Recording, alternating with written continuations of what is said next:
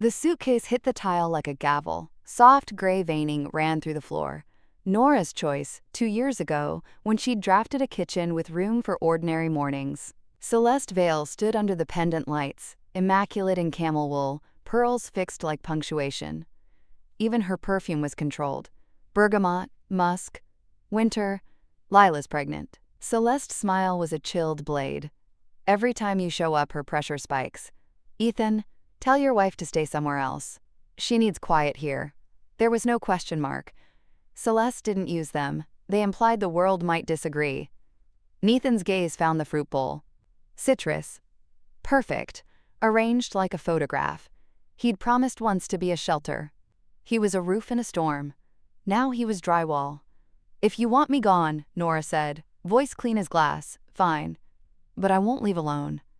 NNSHE folded the last shirt and zipped the case. The sound drew a boundary. On one side, the woman who patched hairline cracks and apologized for the wall. On the other, the woman who knew a split beam when she saw one. And on the walnut table, where she'd set his coffee every morning, Nora placed a white envelope. No name. Ethan would know. And outside, March lashed the lake into seams of steel. In the taxi, she gave her mother's address. Her voice came out in the same frosted breath as the window. She didn't look back. Endings that matter punish glances. NNHER mother, Alma, opened the bungalow before Nora knocked. Another fight? I need quiet, Nora said, and Alma understood the difference between curiosity and care. She nodded and put the kettle on. Some wounds deserve sterilized tools and time. You don't pry glass out with your hands. Later, on the small porch, lavender stalks shivered in clay pots, brushing the rail with a sound like soft paper. Nora held last week's ultrasound. Tomorrow would be 12 weeks. She slid the photo into an envelope. Not to punish Ethan, but to testify. Some truths you don't shout. You mail. Ethan didn't call. His silence expanded into the corners like smoke that clung. On the fourth day, gossip beat the bus to town. 2 cashiers at the register. One saying, Lila's husband, the architect's wife, left. The other, that mother-in-law? A glacier in pearls. Wind is slower than rumor. Rumor has wings, part 2. The paper that leadin' in the clinic's courtyard, lavender again, someone's idea of soothing. Nora was signing at reception when a voice from another life found her. Nora Alvarez? And SHE turned. Colin Reyes, former deskmate at the architecture firm, now with an ID lanyard and the posture of someone who read everything he signed. A good man in brown wool, eyes careful, as if he'd learned not to spill what he knew. In records, he said when she asked. State health, paper mostly. And the ghosts inside it. They sat in the back garden. He studied her face as if measuring whether to break a rule. Then he pulled out a brown envelope. I shouldn't. I hesitated 3 days, but it flagged on audit. And your name? And Nora opened it. Draft letterhead. Parenting capacity. Recommendation for postnatal supervision. Her name. No formal signature. Pending verification. Referral source. Celeste M. Vale. When the world goes quiet, it doesn't stop. It goes high. Nora heard a fluorescent light hum. A heel down the hallway. A distant phone. How in upload from Dr. Lynette Cross's office, Colin said. Encrypted. Mislabeled. Duplicate ID flag. That's how it surfaced. It reads like a pretext. Adjectives, not notes. If it lands in court, you're already unfit. If I go to the police, they'll sanitize the system, Nora said. They'll call it a draft mistake, and the evidence will evaporate like breath. I can hold the original on an audit ticket. A few weeks, quietly. Colin said. You didn't get it from me. Then I have time. Nora said, N, for what? He asked. To stop playing defense. She said.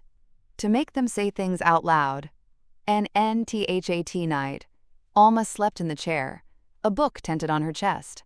In the kitchen's old light, Nora sketched a map on a legal pad. At the top, if truth is paper, make stacks. She listed report, source, pattern, witness, motive. That last word felt like touching a live wire. She withdrew her hand. End text from Ethan, the first in days. Are you safe? Mom's worried. I'm worried. Nora considered the man who'd learned to speak in triangulations. She didn't answer him. She answered the part of herself that still wanted to. Not today. In the clinic's courtyard, lavender again, someone's idea of soothing. Nora was signing at reception when a voice from another life found her. Nora Alvarez, NSHE turned. Colin Reyes, former desk mate at the architecture firm, now with an ID lanyard and the posture of someone who read everything he signed. A good man in brown wool, eyes careful, as if he'd learned not to spill what he knew. NN records, he said when she asked. State health, paper mostly, and the ghosts inside it. They sat in the back garden. He studied her face as if measuring whether to break a rule. Then he pulled out a brown envelope. I shouldn't. I hesitated 3 days. But it flagged on audit. And your name. And Nora opened it. Draft letterhead. Parenting capacity. Recommendation for postnatal supervision. Her name. No formal signature. Pending verification. Referral source. Celeste M. Vale. When the world goes quiet, it doesn't stop. It goes high. Nora heard a fluorescent light hum. A heel down the hallway, a distant phone. How? Upload from Dr. Lynette Cross's office, Colin said. Encrypted, mislabeled. Duplicate ID flag. That's how it surfaced. It reads like a pretext. Adjectives, not notes. If it lands in court, you're already unfit. If I go to the police, they'll sanitize the system, Nora said. They'll call it a draft mistake, and the evidence will evaporate like breath. I can hold the original on an audit ticket. A few weeks, quietly, Colin said. You didn't get it from me, and I have time. Nora said, N, for what? He asked. N, to stop playing defense, she said.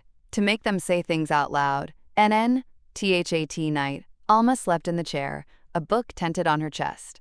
In the kitchen's old light, Nora sketched a map on a legal pad.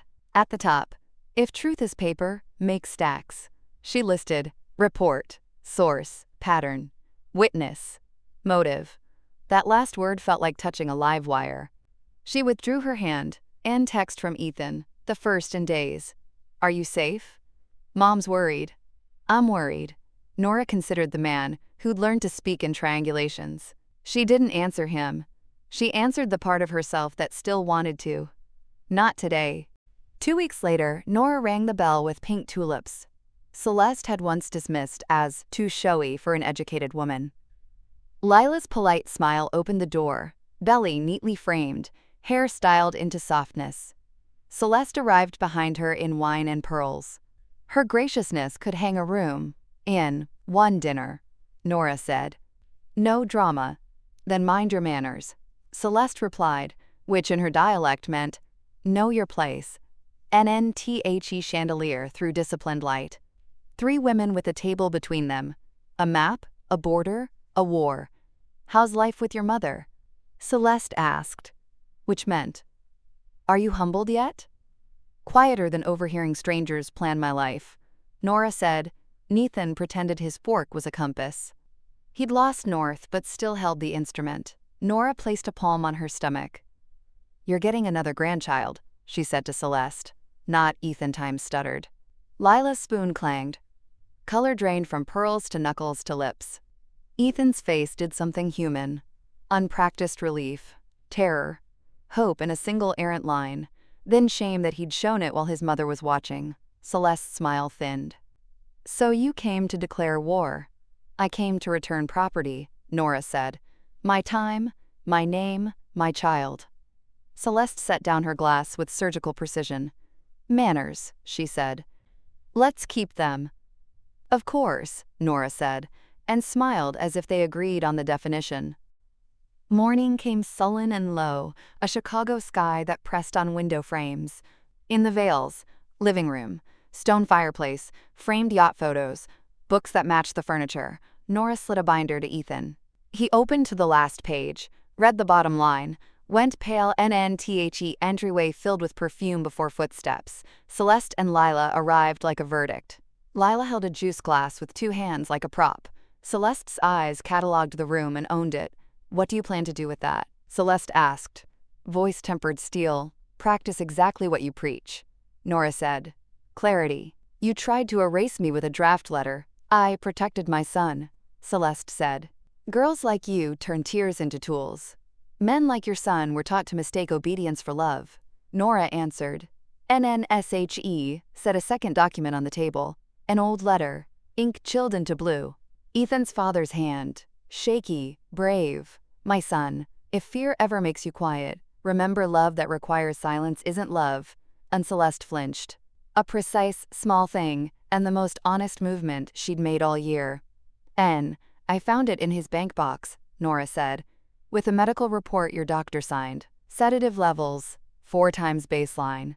Ethan's chair scraped wood. "What are you saying? That your father didn't die of bad luck?" Nora said. "He died of attrition. And maybe someone helped the last step stay quiet." And Lila's breath hitched. Celeste's mouth shaped a retort, then went slack. Her hand reached, missed the table edge. A glass toppled and broke, clear shards, visible, honest. The ambulance painted the foyer red, blue, as if the house had a pulse of its own. Hospitals at night are a kind of argument with hope. The beep insists, the heels insist, the disinfectant insists, the body sometimes listens. And Ethan stood at the ICU glass with his tie undone. The boy showed through the man. A dull ache of not choosing, a bruise from a lifetime of holding still. "And the first time my mother forged a signature," he said, voice low. "I told myself it was practical." "Silence is a habit," Nora said. "Courage can be one too." Colin's text came like a door opening. "Found something. No email. Cafe, 5N. They met in the Wood Booth Cafe from their intern days. Colin slid an envelope across, red county seal thick as wax. "They buried it," he said, "but paper never forgets where it was folded." NNTHE crash report. The diagram. Skid marks wrong direction. Witness note. Heard argument. Accelerated. Policy purchased 3 months prior. Sole beneficiary, Celeste Vale. The investigator's name, familiar. Later dismissed. Truth doesn't shout, it stacks. Ethan read those pages in the hospital corridor and shook, not like a leaf, but like a man whose framework finally moved. "If we move this forward," he said, "it will break her. If you don't," Nora said, "it will break you again." Mott Lest woke to the white light of a system that never sleeps. Her eyes found Nora first. Fear rearranged her face into something human. "Don't let her take." "No one is taking anything." Ethan said, "We're stopping the part where you think you get to name people." A single tear cut her mascara into a square inch of truth. Maybe grief. Maybe relief. Maybe a person who wanted control more than she wanted love and didn't know how to stop wanting it. Law, Nora discovered, was not loud. It was phone calls, certified mail, signatures that meant something. Ethan called Grant Lewis, Celeste's lawyer. "I'm revoking prior powers of attorney," Ethan said, steady, "and withdrawing consent to any filings regarding my wife's capacity." Grant cleared his throat into politesse. "Mr. Vale, your mother. My mother forged." The words landed like nails. "Send everything you have, or I subpoena you." NNHE called Dr. Cross next. "This is Ethan Vale. I'm recording." The woman's voice had the softness of cashmere. He'd been trained to trust that texture. "A draft was uploaded from your office," he said, referencing my wife. That would be a clerical. It includes adjectives my mother uses," he said. "And an upload time matching her calendar. Withdraw it. Confirm in writing. Today." Lawyer letters went out. Colin logged the audit hold and added a second copy in a separate vault. Chains of custody like braided rope. Alma brought soup no one tasted. Lila stayed away. In the silence, she might have heard her own heartbeat for the first time. An assistant state's attorney called back. "We'll review the crash materials." Another voice, neutral. "If the report is authentic, dismissal of the investigator may be relevant pattern evidence." Words like keys, not yet turned. Mateo arrived on a day that smelt like rain before it started. Ethan counted fingers and cried, not because he was allowed, but because he finally let himself. Nora's laugh sounded like something that had been under ice and broke through. They named him for gentleness. The nurse tucked him into Nora's elbow. "He knows your voice already," she said. "They always do." And home was a rented 2-bedroom over a bakery, where mornings smelled like sugar and yeast. Bottles steamed like small trains. The crib squeaked, a hinge not yet oiled. Simple, the opposite of curated. Nora loved it the way you love knees that still bear weight after a hard climb. Ethan was awkward with the swaddles until he wasn't. He read half an article, and then looked at his son instead, learning by watching. He left his phone face down and stopped looking for a person in another room to start sentences. And Nora wasn't interested in revenge. Revenge was expensive and never cleaned the kitchen. She wanted space big enough for a life that fit. One afternoon, Ethan set a small envelope on the table. No speech. He poured her tea. "I sent it," he said. And inside, Mateo sleeping on her chest, printed, warm. A copy of the birth certificate with Nora Alvarez in clean type. On the nursing home call log, a note later, Mrs. Vale viewed photo for 18 minutes. Requested solitude. Depositions are theater without applause. Grant wore a subtle tie. Dr. Cross wore regret like a brooch.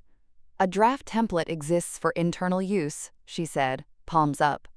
It was never meant for court. It was uploaded to the state. Nora's attorney replied, "Names attached. Intent is inferred by act." And Grant tried to narrow. "Family concern, not malpractice. Family fraud," came the answer. Celeste did not attend. Her absence sat in the chair anyway, lacquered in memory. Lila arrived alone once, waited in the corridor, watched her brother walk past with a diaper bag, and decision on his face. She didn't speak. Her own hands moved to her belly like a reflex, and then fluttered back, uncertain, like birds over water. NNTHE state's attorney called. "We're reopening the crash file. You may be contacted for statement." Ethan stared at the phone long after the line went dead. He looked older, and, for the first time, the age he was. "N, are you okay?" Nora asked. "No," he said. "Better." Spring pressed the city into hyacinth and sirens. The lake softened. Joggers returned like birds. Alma taught Nora to nap when the baby did. "Peace isn't performance," she said. "It's a nap at 2 p.m. without apology." Ethan went back to the Vale house with movers. They took only what they'd brought into the marriage. A teak desk, a chair with a nick in the arm from the day they'd built it badly, the scratched Dutch oven that burned cinnamon rolls the first Christmas. Objects that held their fingerprints, not someone else's rules. In the study, Ethan found a drawer of cards Celeste had written after his father's death. "Be strong like me. Don't crumble like him." Love, if that was the word for it, had been a command. He put the cards back and closed the drawer. The click sounded like an end. On the way out, he paused in the kitchen. The fruit bowl looked like an exhibit. He took a single orange and left the rest. On the counter, he set a note. "I'm choosing air." Mail still came to Alma's house sometimes. One afternoon, a flat legal envelope addressed to Nora arrived. State's Attorney's Office, Victim Services. The letter inside was dry and precise. An acknowledgement of information received, thanks for cooperation, a contact number for updates. Not dramatic. Real Nora sat on the porch step, letter in her lap, lavender moving against her knee. She thought of the first envelope she'd left on the walnut table, the one that said everything without words. She thought of the brown envelope Colin had risked, the county envelope with its red seal, the manila envelope with Mateo's picture. Paper was a river. You could drown in it, or you could learn which banks to stand on.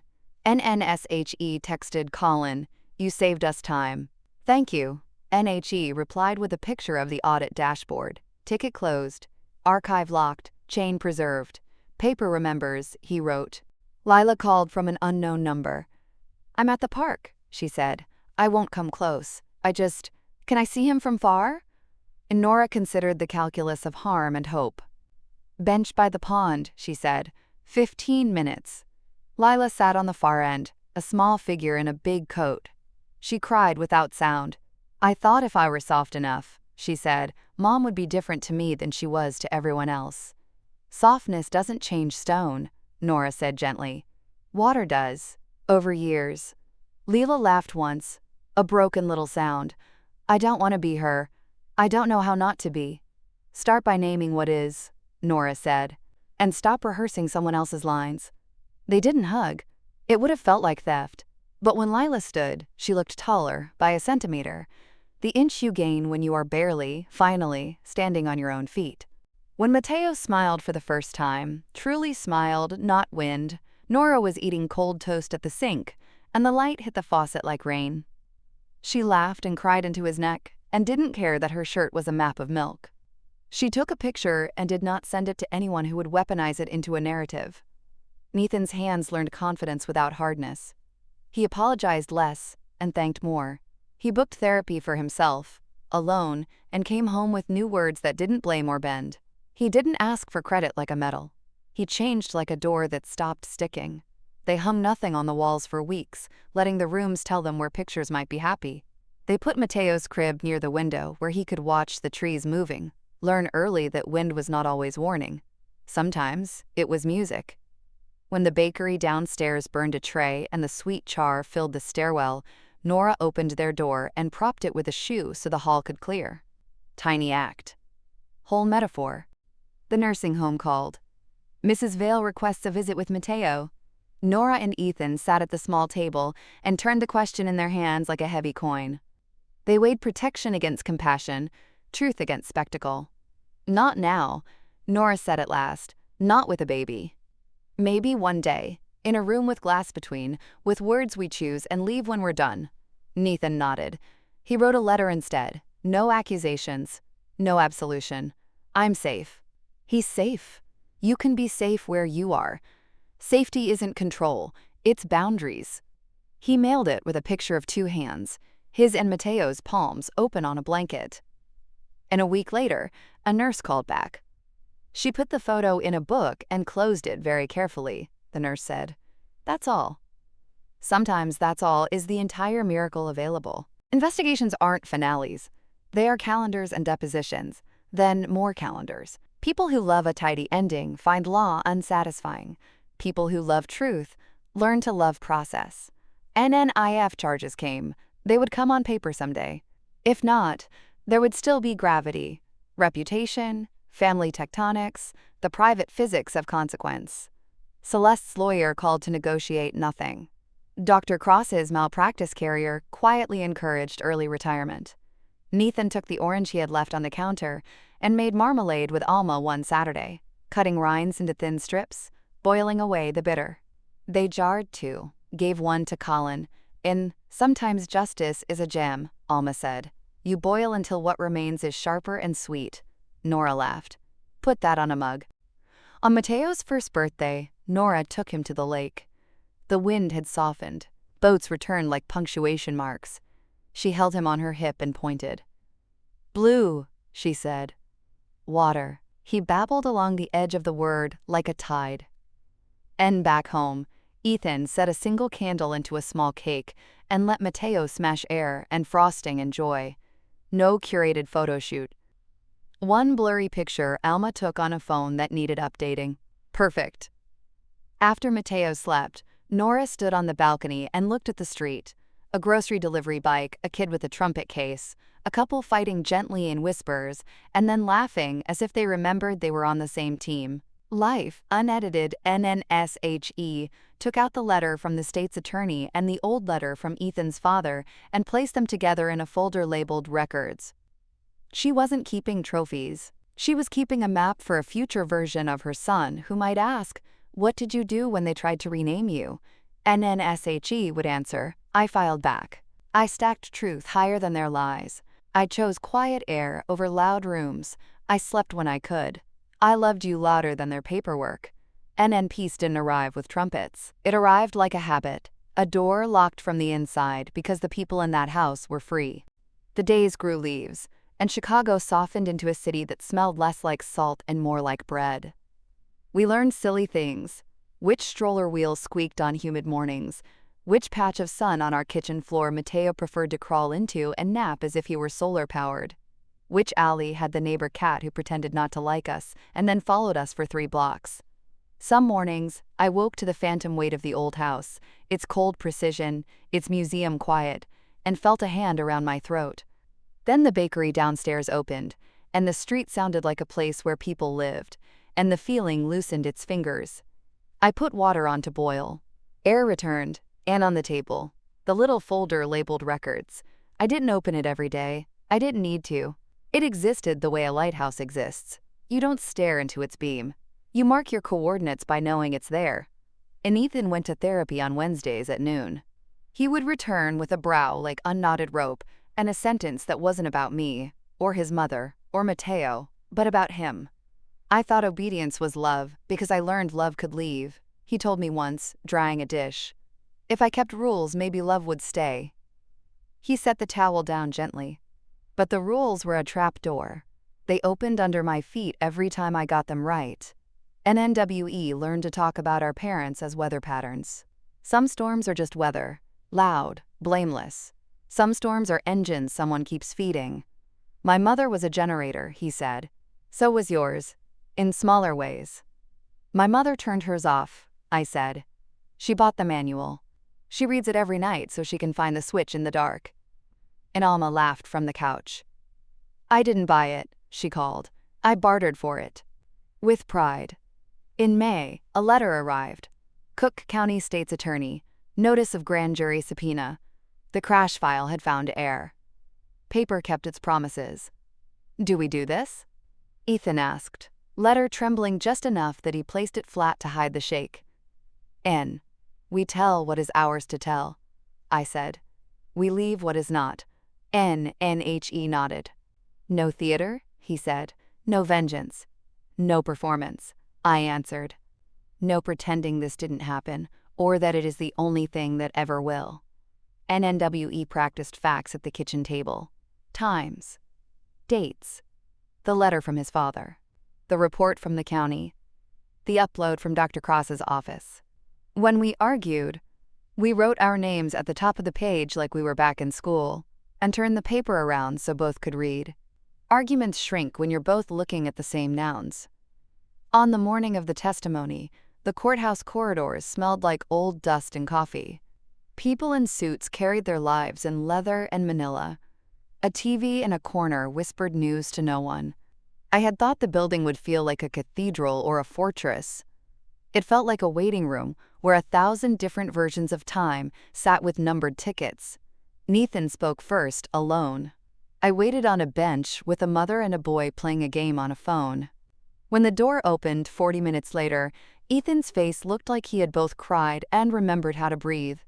He sat beside me and didn't talk. I pressed my knee against his N. Do you want to go to the lake after? I asked. I want to go home, he said, and sit on the floor.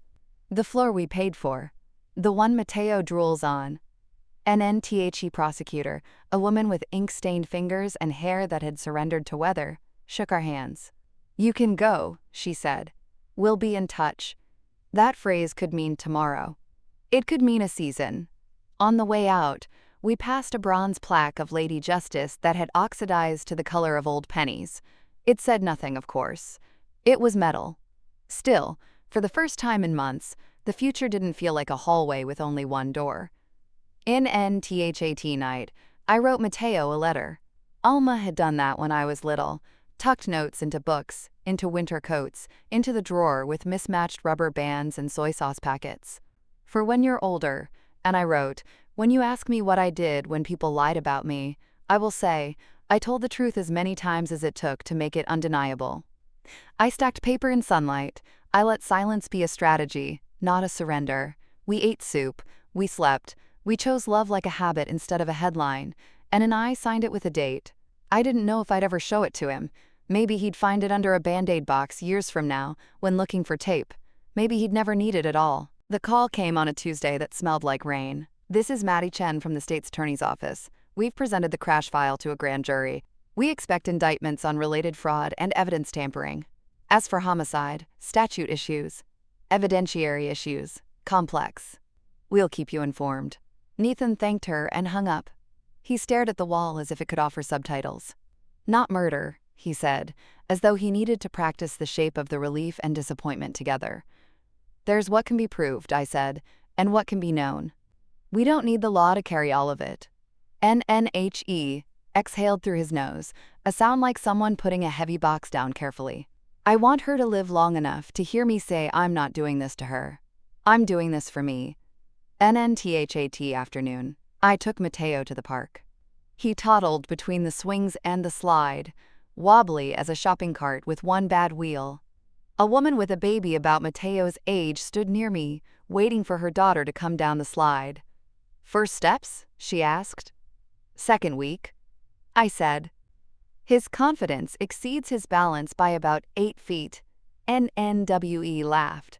It felt like a borrowed room where both of us could lay our voices down on the rug and not have them echo. Her daughter came down the slide and barreled into her. They both fell, and both laughed, and the sound made whatever courage I had grow an inch in at home. I pulled out my sketchbook. I hadn't drafted anything in months. Not paid work, anyway. I drew our apartment's living room, messy reality layered with small inventions. A built-in bench under the window. A shelf just exactly where a mug wanted to land. A rail for plants in winter. As I drew, my hand began to remember its weight, and my body remembered what it felt like to make a thing that didn't argue. And I posted a single photo on a tiny Instagram account that I used like a corkboard. Micro renos for rental life. Hashtag shelf where you actually set the mug. A friend of a friend messaged an hour later. Could you help me with the studio? Nothing fancy. Just rational. NN rational. The word landed like grace. A certified letter arrived addressed to me. Inside, a note from Dr. Lynette Cross, the therapist whose office had housed the upload NNMs. Alvarez. And I have voluntarily surrendered my license pending investigation. I can't undo the harm. I am writing to say I will not contest the board's findings. I understand this letter offers you nothing you asked for, and perhaps nothing you want. I am sorry, NL Cross. It wasn't enough. It was something. And I didn't write back. Not because I wanted to deny her the dignity of a reply, but because my reply belonged to a version of me who would spend more life in the room where she had power. I had moved. The mail would not forward. When I told Ethan, he nodded. She's the kind of person my mother used as a mirror, he said. Someone whose softness let sharp things look harmless. Softness isn't harmlessness. I said. I know, he said. I'm learning to tell the difference between gentle and easy. Gentle is harder. NTHE Bakery downstairs started selling loaves with rosemary that made the stairwell smell like the kind of kitchen you remember from a movie that made you cry.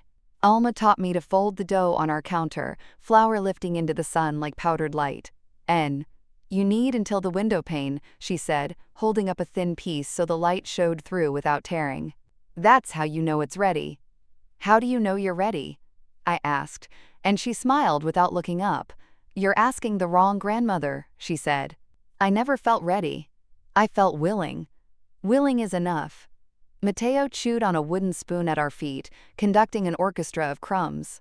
Later, Alma talked about my father, the soft places, the hard ones. The day he said, I don't know how to be a husband and a son at the same time, and she said, then don't. Be my partner. Leave your sonness at the door. Pick it up when you visit her. Wash your hands between. And he did? I asked. Not always, Alma said, but often enough that I didn't forget who I married. Lila texted once a month at strange hours, like courage came to her on a tide that didn't match the clocks.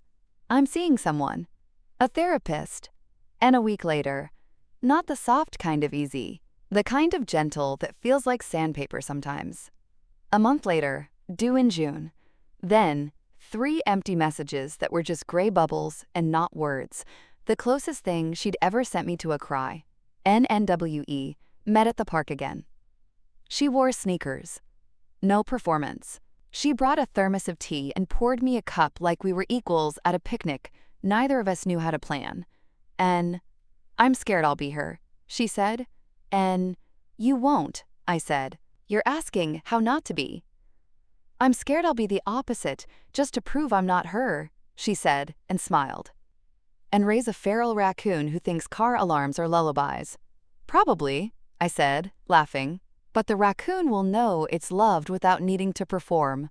NSHE cried then, the kind that shows on the face. Thank you, she said, for not making me beg for your kindness, for not enjoying me being small. I don't enjoy anyone being small, I said. It makes the room we all live in smaller. When Lila went into labor, she texted, not a request, not a demand, just going in. Wish me courage. I sent back a photo of Mateo holding a stuffed rabbit by one ear, and the words, courage is muscle. It grows. Later, a photo arrived, a round, astonished baby with hair like static after a sweater. June Vale. She yells like a song, and I showed Ethan. He smiled. Good, he said. May she never pay in silence for someone else's comfort. NWE agreed on supervised visits with Celeste eventually. A hush room with glass, a nurse present, 40 minutes on a Tuesday. Mateo was 18 months and still occasionally surprised by his own feet. We set him on my lap on one side of the glass. Celeste sat with a staff worker on the other, and time had pulled her face into new shapes. Gravity at the mouth, a softness at the eyes that looked like surrender, or maybe just fatigue. When she saw Mateo, she inhaled sharply. Not greed, not triumph. Something like awe, the kind you feel at a mountain and then ruin by trying to own it. NNSHE lifted a hand, placed it on the glass. I did not lift mine. It was not refusal. It was accuracy. Some walls are not metaphors. They are hygiene. And he has your stubbornness, she said through the intercom. He has my mother's laugh. I said, and SHE tried to smile. It did not stick. I'm sorry, she said finally. The words landed with a thud that wasn't satisfying and wasn't nothing. If I say it 1,000 times, it won't rebuild what I took apart. If I don't say it, the silence will keep stealing. I nodded. I believed in some kinds of repair that didn't look like fixing. I believed in floors you don't stand on, only sweep. For his sake, I said, we will not rehearse the past in front of him. He isn't a stage. NSHE bowed her head, a gesture that looked learned, not felt. The nurse touched her elbow and said the time was up. Celeste stood slowly. You turned my son into a man, she said. No, I said. He did that. He asked the mirror better questions. On the walk home, Ethan was quiet, then said, thank you for not letting her borrow our gentleness and call it hers. You did that, I said. You closed the door. And NHE huffed a laugh. I locked it, he said, then swallowed the key, then realized, that's not how it works. It's not a prison. It's a house with a door. We open it for friends and pizza and maintenance men, I said, and plumbers and therapists, he added, and ourselves when we forget the code. NMY Micro-Reno's account became a thing. I didn't chase it. It knocked, tipsy and clamoring, and I let in only the clients who spoke like people and not like brands. And I took on projects that required more creativity than cash. A studio above a deli for a violinist who needed a place to stand where sound could bloom. A single dad's one bedroom that needed to pretend it had 3. A teacher's apartment where every bookshelf was a small protest against the brittle quiet of her school day. And money arrived not in a flood but like tide done right. Predictable, gentle, accumulating. I planned for lulls and charged honest rates, and didn't apologize for having a child who sometimes colored on my floor plans. A client once apologized for her toddler's meltdown during a consult. Please, I said. We are professionals. We melt down on the hour. Colin came by with coffee and a donut that had more sprinkles than dignity. I'm leaving the state for internal audit at a hospital, he said, proud and shy. Bigger messes. Braver files. And paper is safer with you near it. I said. You taught me something, he answered. Audit isn't punitive. It can be pastoral. Like weeding a garden so the tomatoes stand a chance. That makes me hungry, I said, and we ate the donut on the stoop while Mateo attempted to befriend an ant.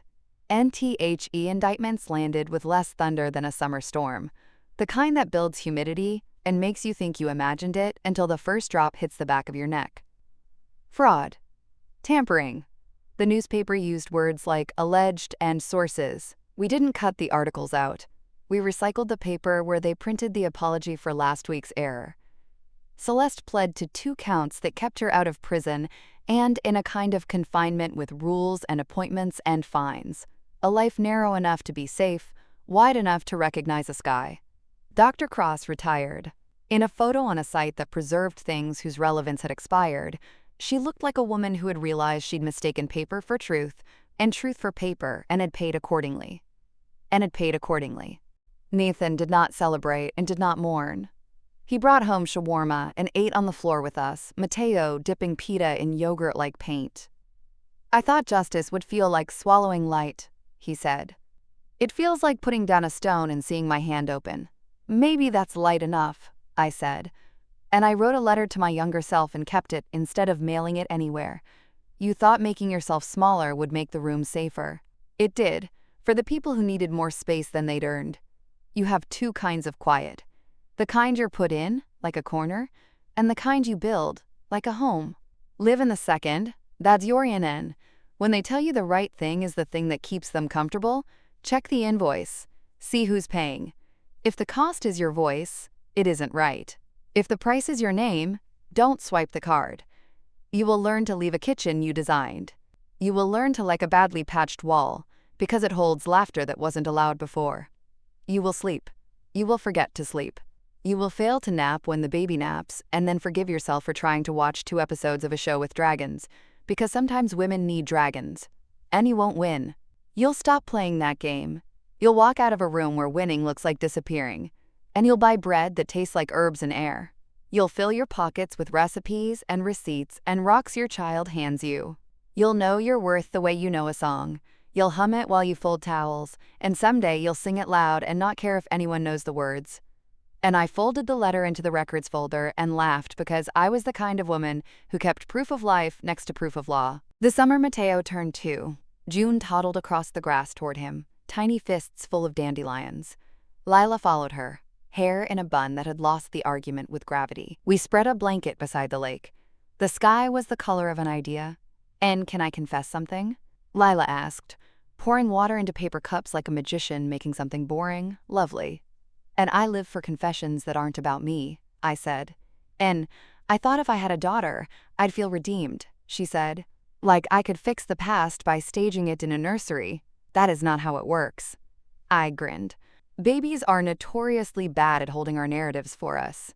"She throws the book on the floor," Lila said, laughing. I pick it up. She throws it again. I thought, this is a metaphor. Then I thought, no, it's just gravity and an underfulfilled plot line. I am ridiculous. "You're human," I said. "We are all playwrights trying to cast babies who can't read." NNWE, watch the kids watch geese. Geese watch kids. A man on a bicycle decide whether to be generous with his bell. In the distance, boats tracked commas on the water. After a while, Lila said, "Thank you for letting me be here." "You showed up without weapons," I said. "That's the only ticket." And SHE nodded and wiped her eyes like she had gotten sunscreen in them, and if that was a lie, it was a gentle one. June put a dandelion in my lap as if I had earned a medal. Matteo applauded, which seemed appropriate. 2 years later, we received a call. "Mrs. Vale's health is failing," the nurse said. If there's anything to say, what does closure even mean?" Ethan asked me in the kitchen that night, spoon suspended over soup like a pendulum. "A word people say when they want a story to behave," I said. "Stories don't. Doors close. Windows open. Sometimes drafts. We bring sweaters."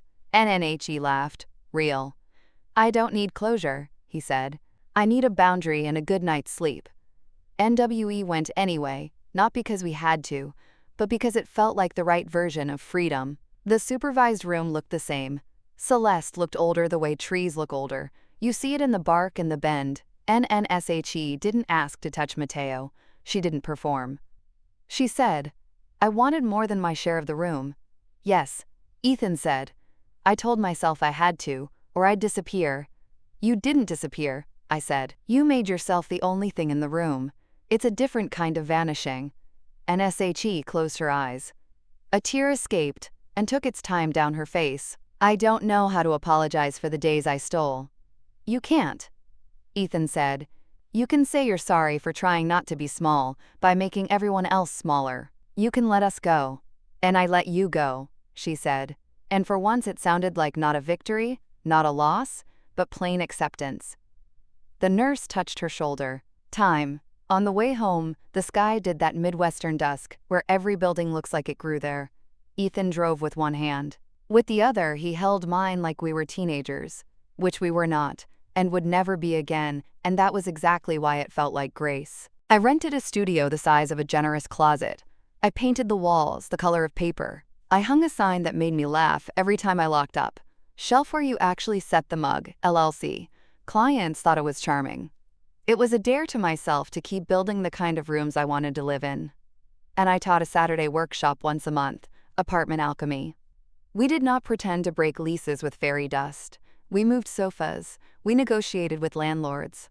We asked, "What if the table goes here, where you eat, and not where they perform?" People cried. Not dramatic tears. The kind that fall when someone finally says, "You can put the dresser where you put the dresser." Nalma came and taught soup in the kitchenette across the hall and refused payment but accepted tips in the form of stories. A woman whose brother wouldn't stop installing cameras in his own house. A man who hadn't invited anyone over in 6 years because his father could drop by without knocking any time when he was a kid, and his body hadn't unlearned the flinch. NNWE wrote on the whiteboard, "Permission should not require performance." People took pictures like it was a recipe. A final letter came from the state's attorney.